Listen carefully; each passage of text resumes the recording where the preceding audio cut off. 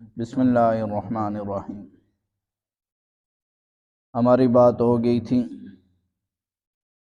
سورۃ الفاتحہ کے فضائل وغیرہ کے حوالے سے۔ آج ہم اس کی جو الفاظ ہیں ان کا ترجمہ اور مختصر تشریح پڑھیں گے۔ بسم اللہ الرحمن الرحیم۔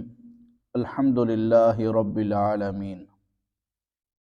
الحمد تمام تعریفیں للہ اللہ ہی کے لیے ہیں، رب العالمین جو تمام جہانوں کا پالنے والا ہے۔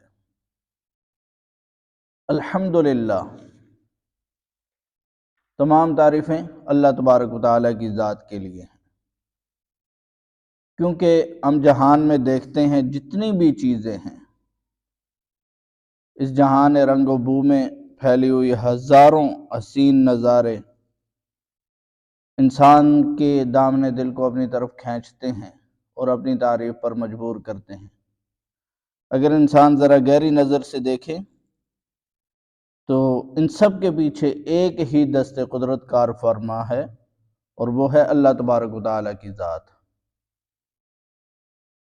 اس کو آسان مثال سے ہم یوں سمجھیں، جیسے کسی تصویر کو ہم دیکھتے ہیں یا کسی صنعت کو ہم دیکھتے ہیں یا کسی بھی خوبصورت چیز کو ہم دیکھتے ہیں تو اس کی تعریف کرتے ہیں، تو وہ تعریف در حقیقت اس کی نہیں ہوتی، بلکہ اس مصور، نقاش اور صناع کی ہوتی ہے جس نے اس چیز کو بنایا ہوتا ہے۔ اسی طریقے سے کائنات کے اندر پھیلی ہوئی جتنی بھی چیزیں ہیں اور جتنے بھی حسین نظارے ہیں، ان سب کے پیچھے ایک ہی ذات ہے اللہ تبارک و تعالیٰ کی۔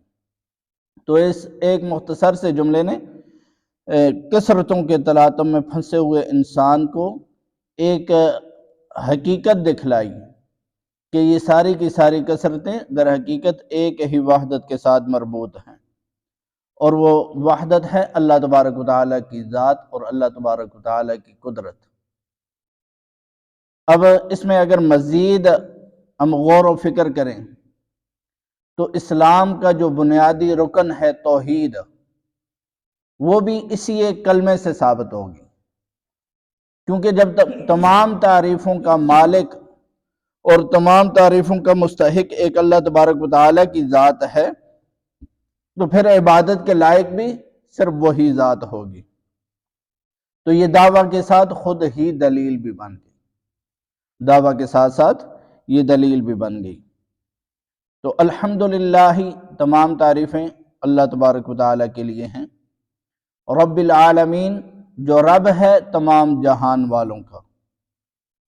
رب تربیت کرنے والے کو کہتے ہیں، اور تربیت کہا جاتا ہے کہ کسی بھی چیز کے تمام مصالح کی رعایت کرتے ہوئے درجہ بے درجہ اس کو حد کمال تک پہنچانا، اور یہ صفت صرف اللہ تبارک و تعالیٰ کی ذات خاص ہے، کیونکہ کوئی بھی انسان کسی بھی چیز کے تمام مصالح کی رعایت رکھ ہی نہیں سکتا، اور اسی وجہ سے رب کسی اور کے لیے بولا بھی نہیں جا سکتا۔ رب کا اطلاق آپ کسی بھی اور کے لیے نہیں کر سکتے، رب صرف اللہ تبارک و تعالیٰ کی ذات ہے۔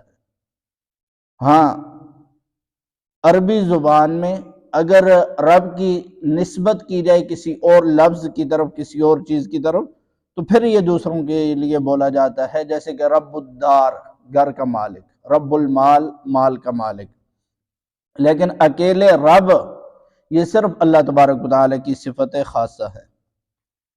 العالمین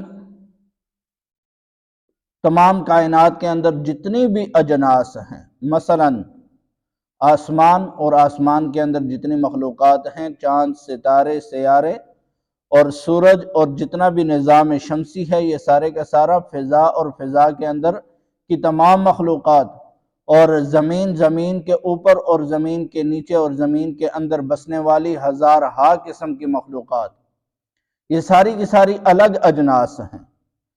تو اب ترجمہ ہوا رب العالمین جو اجناس عالم کو، کہ اس کائنات کے اندر جتنی بھی اللہ تبارک و تعالیٰ کی مخلوقات ہیں سب کی تربیت کرنے والی ذات ایک اکیلی اللہ تبارک و تعالیٰ کی ذات ہے۔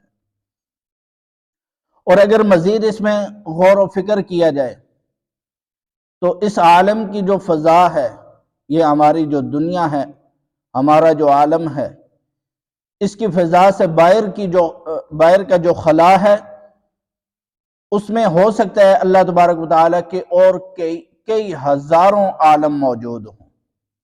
جیسے کہ امام رازی رحمہ اللہ نے تفسیر کبیر میں فرمایا کہ ہماری اس دنیا اور ہمارے اس عالم کی باہر کی فضا میں دلائل عقلیہ سے بہت سارے عالم کا موجود ہونا ثابت ہے، کیونکہ اللہ تبارک و تعالیٰ کی ذات ہر چیز پر قادر ہے، اس کے لیے کچھ بھی مشکل نہیں کہ اللہ تبارک و تعالیٰ کی ذات اس دنیا کے علاوہ اور بھی عالم بنائے رکھے ہوں۔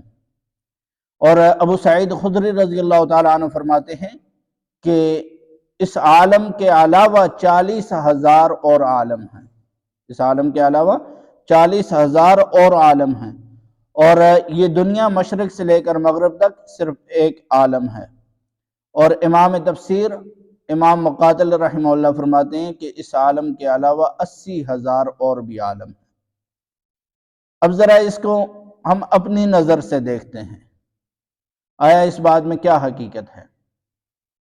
دیکھیں، ذرا سے غور و فکر کریں، یاجوج ماجوج اسی دنیا میں موجود ہیں، لیکن کہاں ہیں؟ کبھی کسی کو نظر آئے ہیں؟ جدید قسم کی مشینری ہے جو زمین کے نیچے تک بتلا سکتی ہے، اور پوری زمین کو ناپا گیا ہے، اور زمین کے کونے کونے کے نقشے بنائے گئے ہیں، لیکن اسی زمین پر رہتے ہوئے یاجوج ماجوج نظر نہیں آ رہے۔ شداد نے جو جنت بنائی تھی، وہ جنت کہاں ہے؟ وہ بھی اسی زمین میں ہے، لیکن وہ کہاں ہے کسی کو کچھ نہیں پتا۔ ایک صحابی نے صرف دیکھی تھی، اور اس کے علاوہ باقی کسی کو وہ نظر نہیں آئی۔ اور اسی طریقے سے اور کئی چیزیں ہیں، اگر ہم غور و فکر کریں تو ان کا ذکر تو ہے، لیکن ہمیں کائنات میں وہ چیزیں نظر نہیں آتی۔ تو اس میں بھی اگر انسان غور و فکر کرے تو کئی عالم ایسے موجود ہیں جن تک انسان کی رسائی نہیں ہوئی۔ اور یہ جو فلسفہ بیان کیا ہے آج سے تقریباً 800 سال پہلے کے اسلامی فلاسفر امام رازی رحمہ اللہ نے اس وقت پیش کیا تھا جبکہ فضا اور خلا کو ناپنے والے آلات اور ذرائع موجود ہی نہیں تھے۔ اور آج کل کے جدید زمانہ کہ راکٹوں کا زمانہ ہے، اور جدید قسم کے آلات اور جدید قسم کے ذرائع موجود ہیں، تو انہوں نے تو مزید امام رازی رحمہ اللہ کی جو تحقیق تھی اس کو مزید واضح کر دیا۔ اور امریکی خلائی باز مسافر جان گلین نے جب وہ واپس آیا تو اس نے ایک مقالہ لکھوایا تھا، اور اس مقالے میں اس نے شعاعی سال کے حساب سے طویل مدت اور مسافت کا ایک پیمانہ قائم کیا، اور پھر اپنے وسعت نظر کے مطابق اس نے غور و فکر کیا، اور آخر وہ بھی کہنے پر مجبور ہوا کہ اس کائنات کی وسعت اور اس کی انتہا تک کوئی بھی نہیں پہنچ سکتا۔ اس کی وسعت کتنی ہے اور کہاں تک ہے، اس تک انسانی عقل نہیں پہنچ سکتی۔ تو اس سے بھی معلوم ہوا کہ اس عالم کے علاوہ اور بھی اس جہان میں بہت سارے عالم ہیں۔ بہرحال اس مختصر سے جملے کو دیکھیں اور پھر اس کائنات کی طرف دیکھیں تو اللہ تبارک و تعالیٰ کا کیسا مضبوط، محکم اور محیر العقول نظام نظر آتا ہے۔ اور انسان ایک اپنے لقمے کی طرف دیکھے کہ یہ جو ایک لقمہ تر انسان کھا رہا ہے، اس کے پیچھے اللہ تبارک و تعالیٰ کی کتنی مخلوقات کار فرما ہے۔ زمین و آسمان کی کتنی مخلوقات ہیں، کتنے انسان ہیں، اور کتنے مہینوں تک ایک ایک لقمے کے پیچھے محنت ہوئی ہے، تب جا کر ایک لقمہ تیار ہوا ہے جس کو انسان انتہائی بے فکری کے ساتھ نگل لیتا ہے۔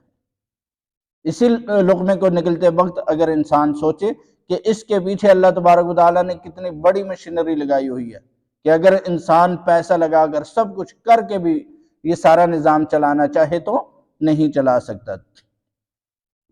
تو اب انسان غور و فکر کرے کہ جب اللہ تبارک و تعالیٰ نے اس کی خدمت کے لیے اتنے جہان کی اتنی چیزوں کو لگایا تو اس انسان کو بھی تو کسی مقصد کے لیے پیدا کیا، اور وہ مقصد اللہ تبارک و تعالیٰ نے خود بیان کیا، وَمَا خَلَقْتُ الْجِنَّ وَالْإِنسَ الا لیعبدون، کہ ہم نے انسانوں اور جنات کو اپنی معرفت اور اپنی عبادت کے لیے پیدا کیا ہے۔